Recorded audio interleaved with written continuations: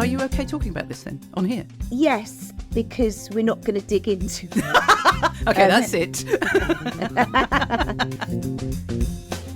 My mum was Miss England, that you may not know. Oh my I God, I did not know that. And guess who I take after? My dad. Unlucky. That's really made me laugh. I know. We have the things that actually they're a big part of us that probably other people don't know or recognise, but are really things we carry every day. There was an awful lot of wool around. Oh, yes. And yeah. You're not going to mention the C word, are you? What's the C word? I don't know if I can say it. Go on. Cashmere. Oh, I love cashmere. Do I want to say this? Okay, solid. Excuse me. So... Hi, Nicky. Hi, Carrie. And hi, everyone. Thanks so much for listening. So what's been going on for you? Well, this is something that came up with a client. And firstly, I need to say I have her permission to talk about this. Okay. And she's a singer-songwriter and she's a client of mine. So shout out to her because she'll be listening. So she was talking about a sensitivity she has, which is her skin is very sensitive. And when she goes to bed, she has to have moisturiser on her face, a particular one that sits well on her face. Otherwise, she doesn't sleep as well. So she went away recently and she went to stay with a friend. And the friend noticed she'd got these little pots of moisturiser with her and said, "Oh, you're so organised," which to many of us might sound like a compliment. But to my client, that sounded like there was a judgment going on.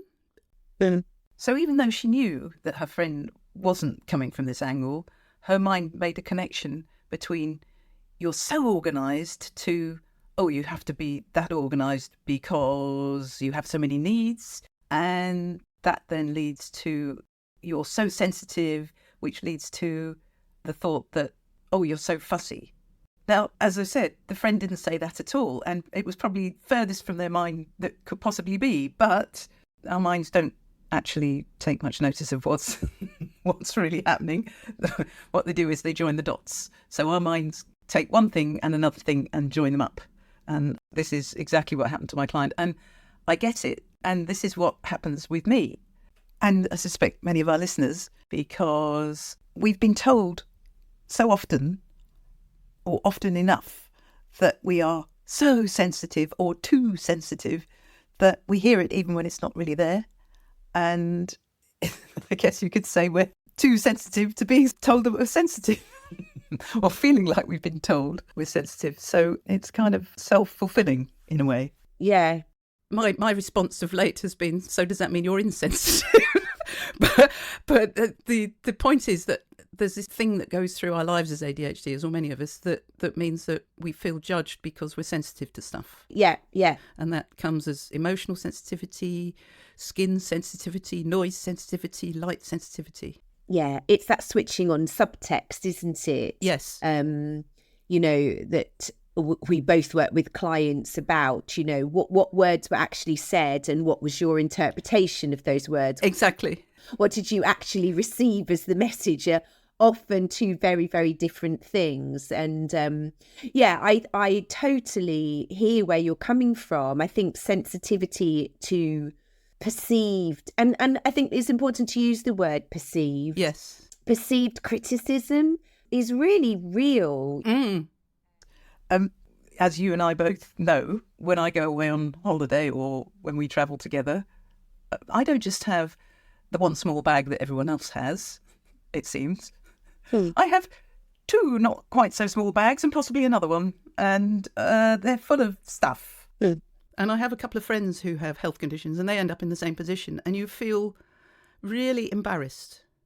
And so if anybody says anything that is even vaguely alluding to your luggage, you go into this phase of just squirmy feeling of, oh God, they all think I'm fussy. I mean, years ago, I used to just leap on a motorcycle with a very small pannier with a couple of pairs of knickers in and a pair of socks and a T-shirt, and off we'd go. Yeah. It's not like that now. Yeah. we've talked about emotional regulation, and I think this sort of fits, if there were a Venn diagram of it, this would fit into it, this sensitivity. Yeah, totally.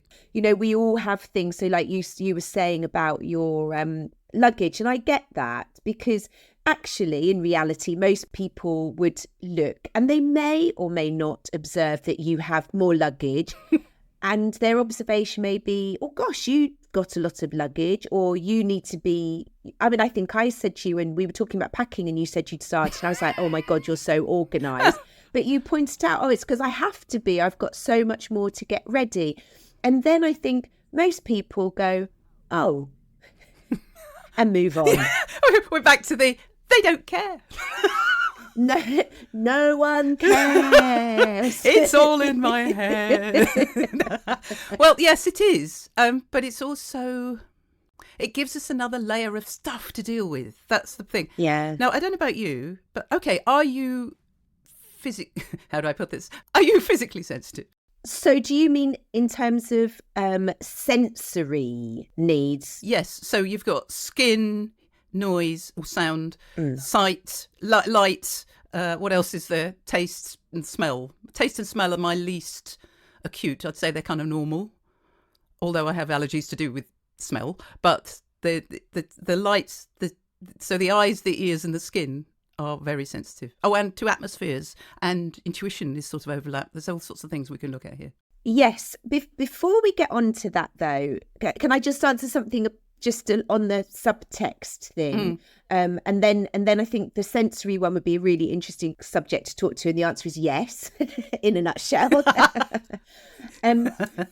I think for me, one of the things that I'm really acutely sensitive of is any comment on my body, eating, food habits, anything like that. Do you remember when we were in America and we were just having a chat? We were walking along a street, and I've no idea where it came from, as always with our conversations. And we were having a conversation about metabolism, and you were asking me whether I had a quick metabolism or not, and I said, oh, I don't really know.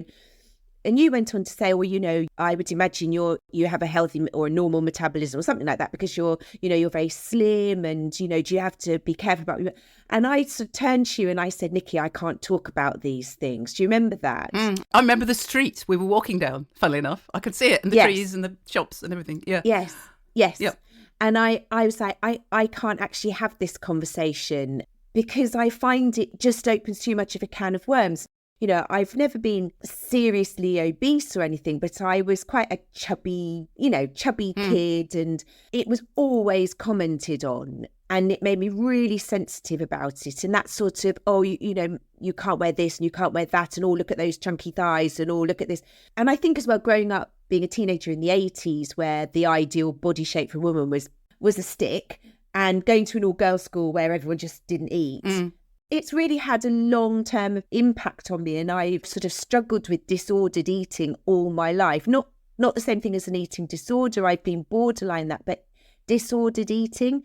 So anything anyone says, even though now I am slim and fit and healthy, if somebody says to me, even something like, somebody said the other day, you're tiny, and it causes a little panic inside me, because I don't even know why. It's like there's somebody scrutinising my body and making a judgment on me, and they may mean it as a really offhand remark, but it is absolutely filed away and locked in my mental filing cabinet of comments made about me. Yeah. And I think that for me is probably one of the most difficult ones. So like for you with your health condition, or your client with her creams, we have the things that actually they're a big part of us that probably other people don't know or recognise, but are really things we carry every day. Yeah. I've got two thoughts. One is, of course, I think of these as emotional landmines. So they're under the ground and nobody knows they're standing on them. And they explode at any given opportunity because they're sitting there quite close to the surface, but they're hidden. And the other thought was, how do I put this? Are you okay talking about this then on here? Yes, because we're not going to dig into it. Okay, that's it. That's your lot. Okay.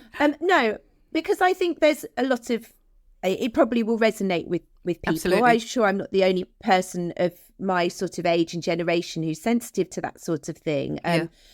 But it's more to say we all have our own things that we are really, really sensitive about. I remember going back when I was at university and that sort of slang language, and a word for something being really good at the time was they'd say that is huge or that is massive, you know, such and such, that, you know, they're massive. And I remember meeting some friends of friends, and we all went out for the night, and one of them at the end of the evening sort of went, "You are massive." Oh, thanks. And I was just like 4 hours crying in the loo. Oh, no. Oh, and I was like, what do they mean? Why are they saying this? Yeah. And like, no, I just meant you're really nice and you're Yes. fun. And Yes. So that was a massive landmine. yeah. Absolutely. Yes. Oh, bless you. And I'm much better at it now. Yeah. Much, much better at it. But it's still that, you know, as with all of these things, they're still there and you get the strategies. But every now and then, if you're a little bit, I don't know, on the back foot, tired, emotional, whatever, it's a bit of a raw wound. Yeah. So going on to sensory stuff. Can I add something in there? Because it's kind of matching in a way that what you've just been saying. Yeah. Go on. So true life confessions. No, my mum was Miss England, that you may not know. Oh my know. God, I did not know that. And guess who I take after? My dad. Unlucky.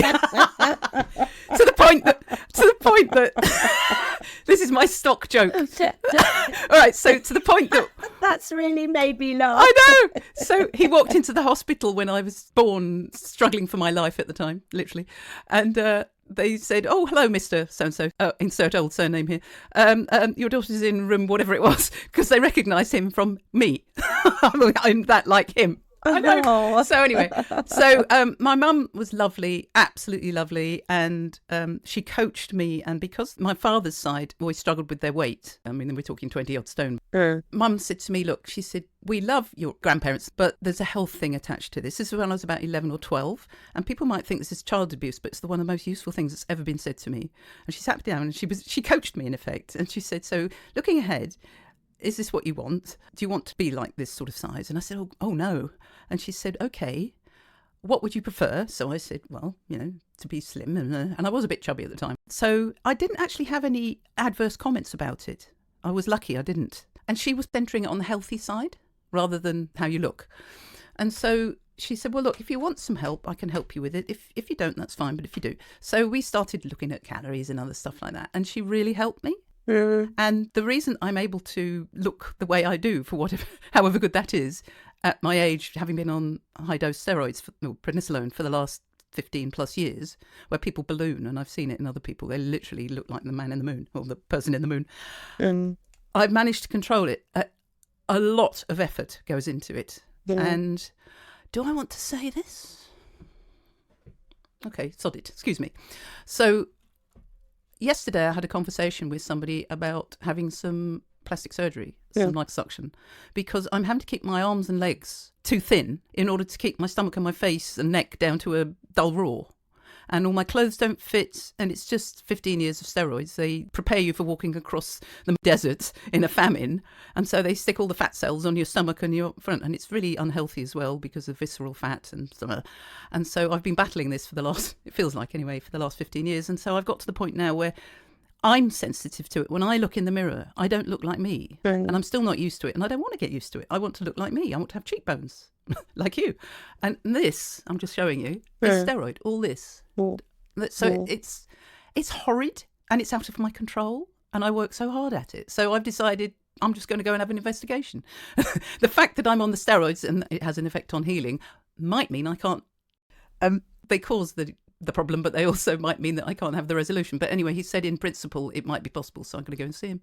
Good for you. And that's sensitivity, and that's not actually an external one, that's an internal one. Yeah. Because it doesn't feel like me. Yeah. It doesn't look like me, it doesn't feel like me, it's a pain in the bum, and I've just got fed up with it, and I've just decided I'm going to do something. So sensitivity takes different forms. It absolutely does. You're right. I think many things can have that impact on us, and things that we hear. And when we were ADHD, you probably have had a lot of people making a lot of comments about you a lot of your life. So you pick these things up. And just to give an example of how even one comment can have an impact. Yep. I've got a girlfriend. We've been friends since we were at high school together. So we met when we were 12. And we're still friends now. We still meet up. So, 40 years of friendship. And we were chatting probably about 20 years ago, 10, 20 years ago, about our time at school and our time as teenagers, and how actually our group of friends were quite catty at times.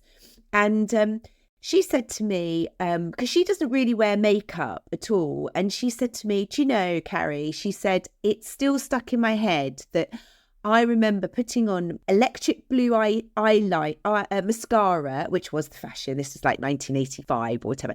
She said, I remember putting on my electric blue mascara, and you came round to my house and you said, oh, I don't think makeup really suits you. And to this day, that's locked in. And she said, I've never really felt confident in makeup. And of course, I was mortified. I was like, oh my God, I can't, that's one. And I said, I was an idiot 14-year-old. Yeah. You don't think about the long-term implications of saying something like that. And, it hasn't ruined her life. She's not paranoid about it. But she said it's always there. This sort of, does makeup suit me? Because I was the first person who ever saw her in makeup and said that. Yeah, yeah. And I feel really responsible. But multiply that one comment by 10, 100, 1,000. No wonder people are sensitive to things. Yeah. But it's also because when somebody's... I don't want to make you feel even worse. God, please don't. I feel awful. All right, let's use another example. So I have grovelled with apology to her. Sure you have. And obviously massively overthought it and beaten myself up about it. I wouldn't say this fits into the... They don't care. No, it doesn't quite fit in there. But nonetheless, she has survived this far. She has. She's forgiven me. All is good. And you're still friends. Yes. So 40 years on. So, okay. So, but the thing you just said about it multiplying, of course, we do that to ourselves. So we ruminate, or we can ruminate. You and I used to ruminate because we don't do that anymore, do we? Mostly.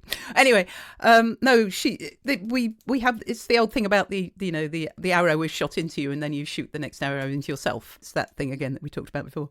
Well, it's that internal voice, like you were just saying, if the external voices are having an impact on us, having control over that internal voice becomes even more important and vital. If your internal voice is constantly telling you you're fat, rubbish, useless, unhealthy, a letdown, a disappointment, whatever it is, that voice is there all the time. And it's the impact of it just grows, exponentially, doesn't it? Exactly.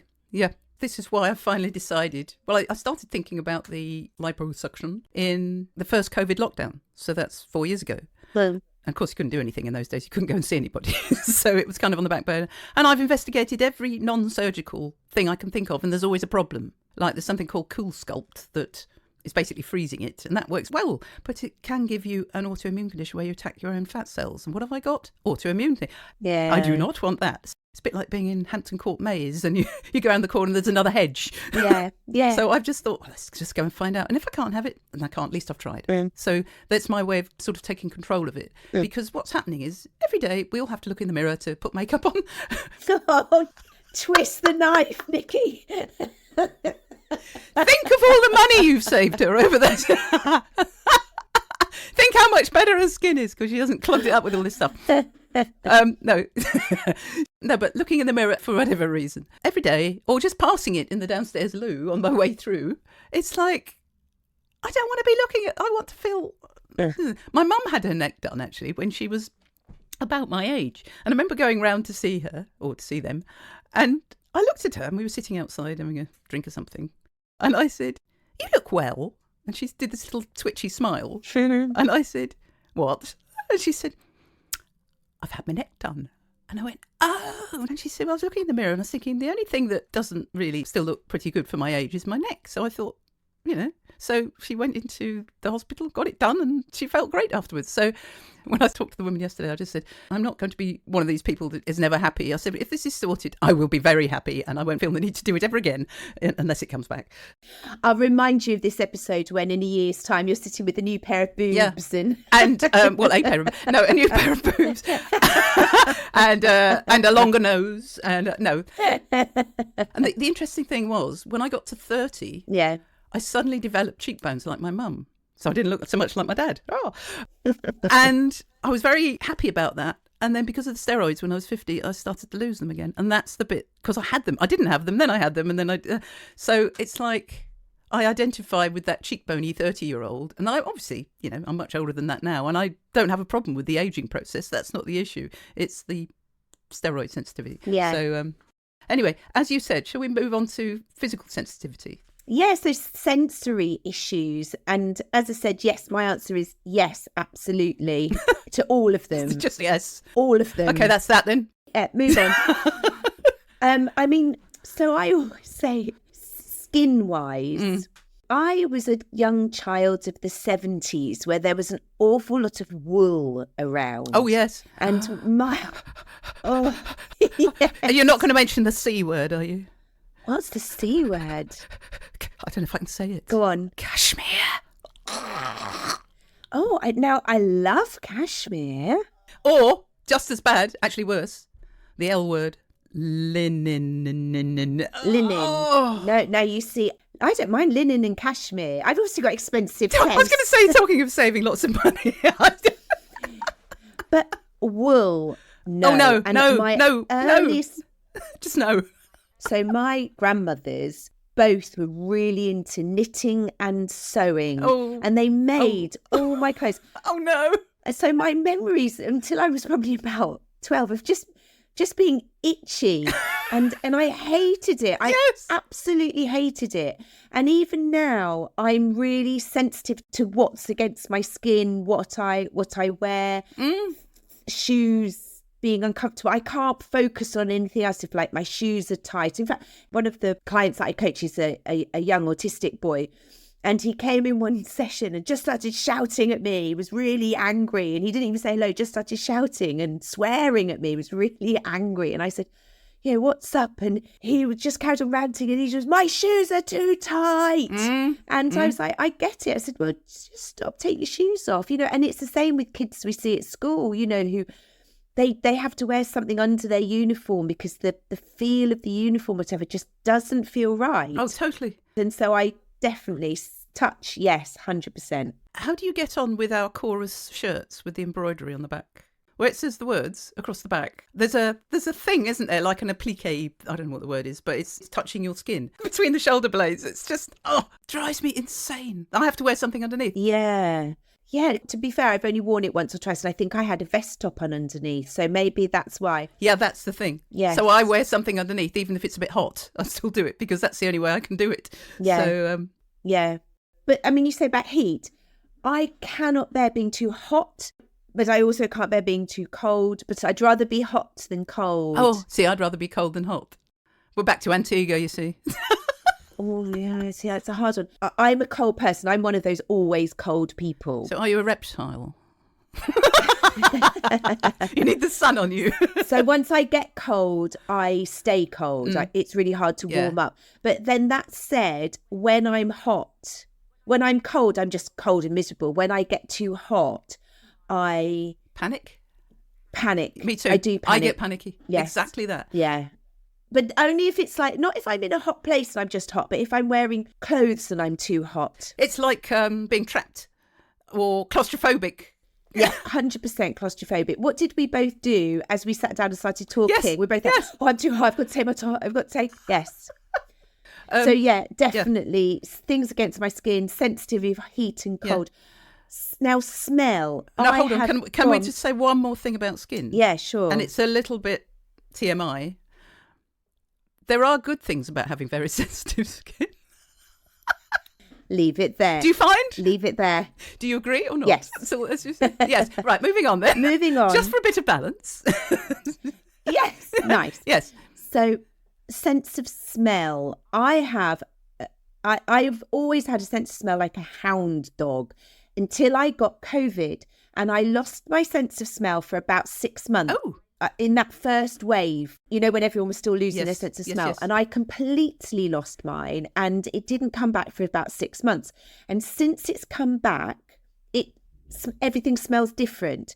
So, for example, I had a perfume that I've worn since I was about 30, and it just doesn't smell the same. Oh, yeah. I've had a fabric conditioner that I've been using for 20 years, and I can't stand the smell of it now, and I've had to change. If I'm wearing a top that maybe I haven't worn for a while and it's been hanging up in the wardrobe and I last washed it in that old fabric conditioner, I have to take it off. Oh, yeah. My husband regularly is sort of like, why have all your clothes gone in the wash out of a drawer? Because there's something in it, I can't stand the smell of it, and I've had to rewash all my clothes. I so get that, because I was going to say I'm not sensitive to smell. Like, my ex has a really good sense of smell and palate. And my friend in the village that you know has a very good sense of smell, like, for wine and so on. And I've got an average one, I'm fine. But I'm not sensitive like that. But I am so sensitive to things like you were just talking about. One of our neighbours has autistic children, and they like the smell of these things that you put in the tumble dryer, these sheets. Yeah. And when the wind's in the wrong direction, they're only a couple of houses away.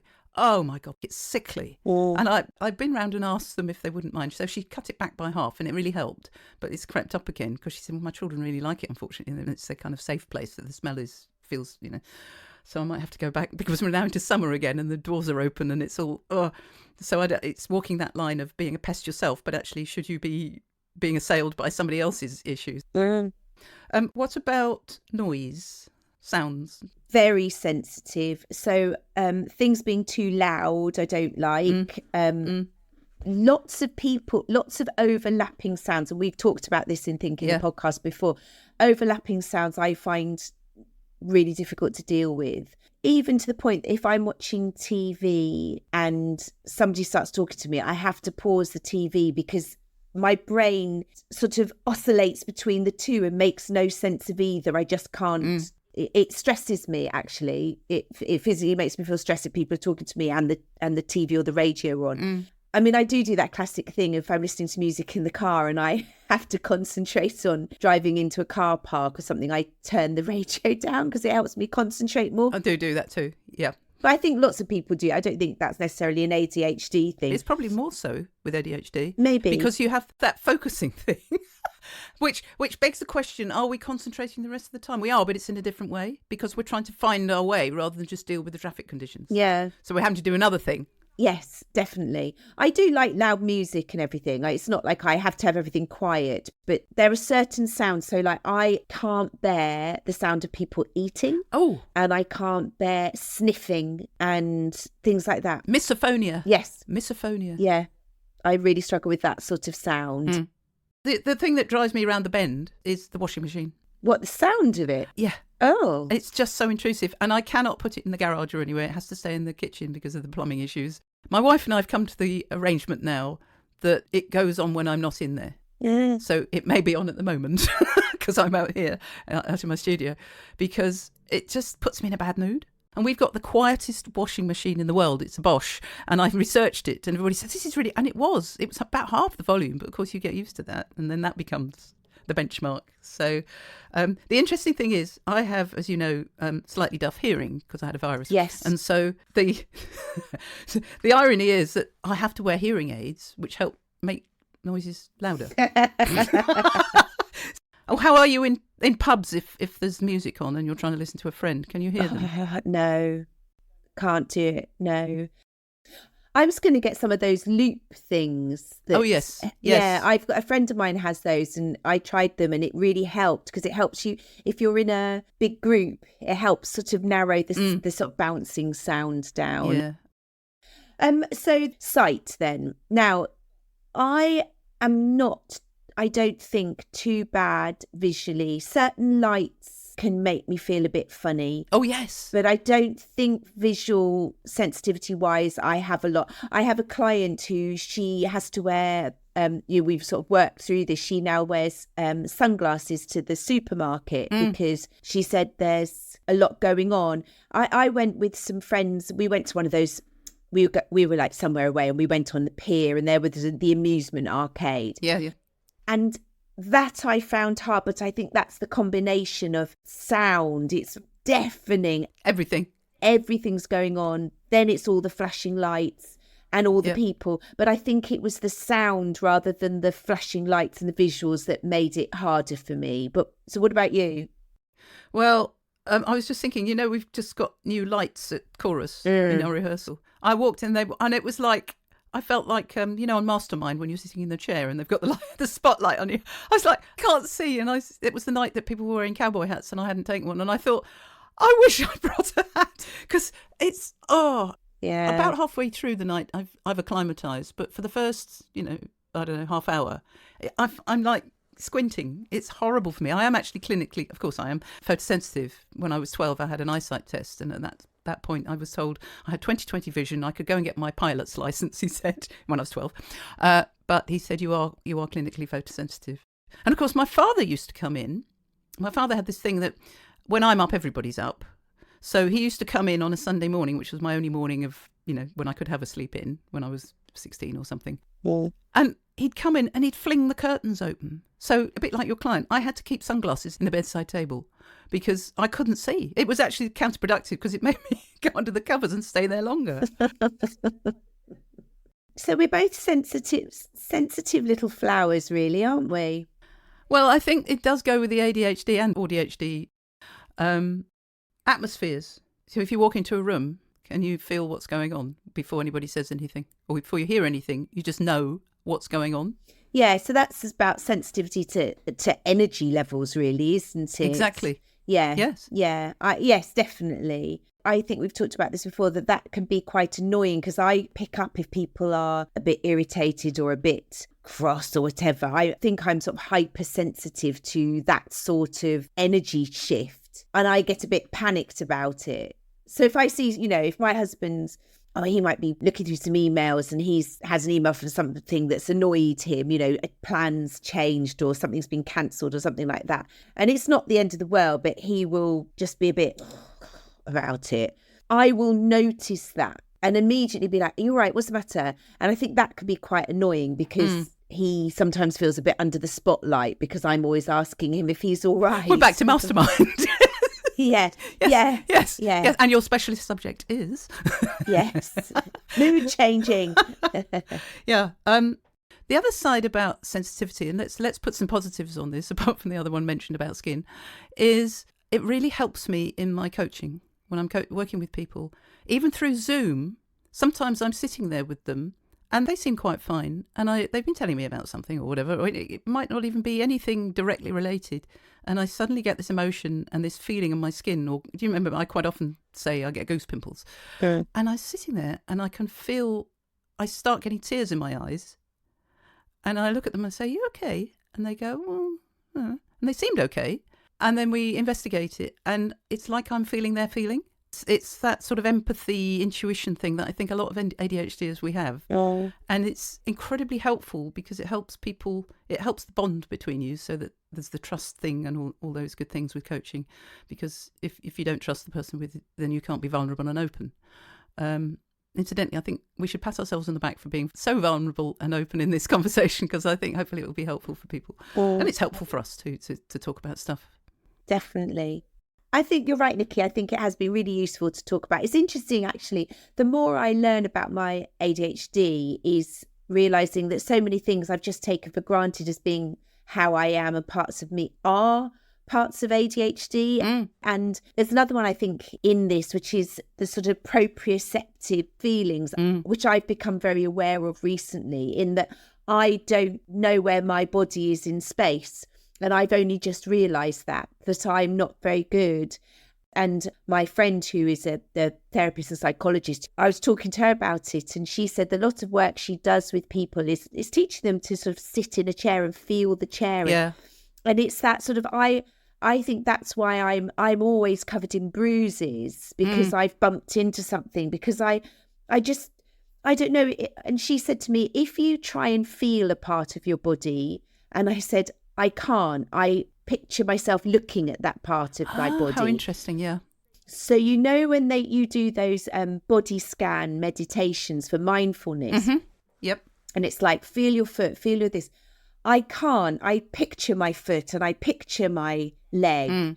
And I'm really learning now to have a body awareness where my body is. And, you know, there's the thing we were doing in chorus the other day where we had to do a certain move.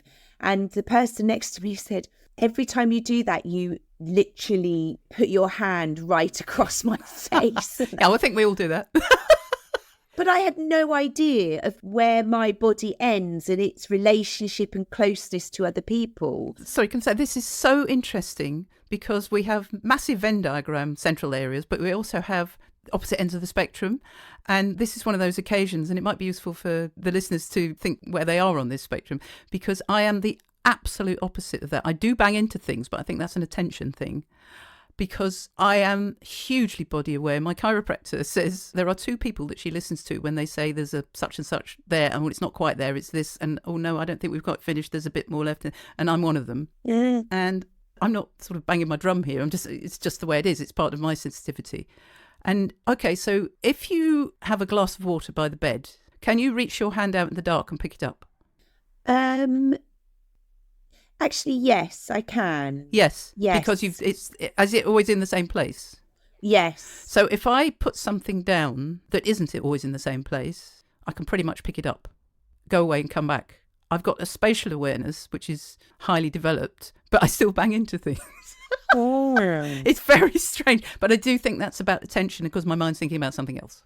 Yes, could be. Yeah. Yeah, which is why I've broken various bits recently. Yes. So that's really interesting. And also things like going to the loo. You know, if I need to go for a wee, I never go until I'm absolutely bursting. Of course, that's what we do. I walk through with my legs crossed and my wife says, I left it too late again. Yes, always. I'm like, I can feel I need to go to the loo. And then I think, I don't want to go now. And I keep doing all the things. And it gets to the point when oh my God, I have to go. What's that about? Yeah, it's worse, especially after a certain age. When you stand up and gravity takes hold, and then it's twice or three times as acute as it was when you were sitting down. That's the factor that we need to build in.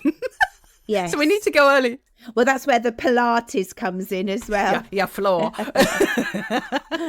But is that, I read somebody saying that's an ADHD thing. It is. But it's also, once we're doing stuff, and especially if we've been putting something off or whatever, and we're finally doing whatever it is, or we're doing a selection of things and we're having one of those really productive days, we don't want to stop because we know we'll lose it, or we feel we'll lose the momentum. So a lot of people don't eat, they don't drink enough water.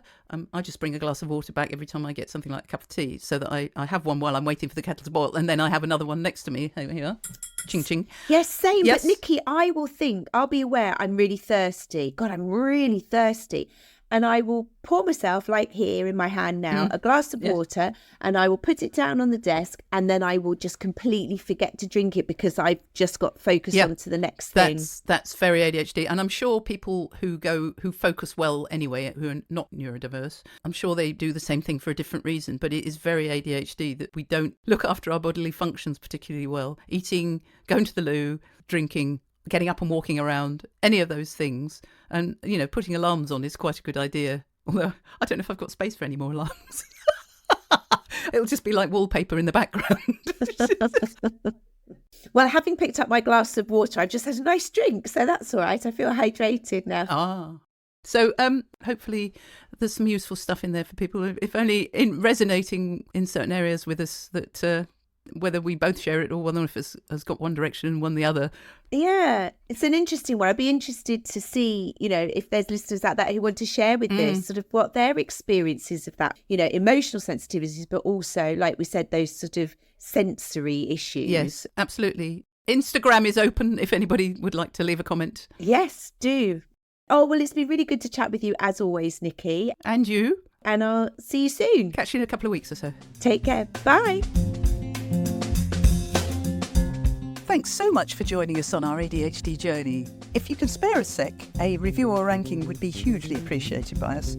5 stars would be marvellous, but whatever you think. Every single one really does help. as well as on your favourite app. You can find us on YouTube and Instagram at the ADHD Connection _podcast. So we hope to see you on there. Thanks again for listening, and bye for now.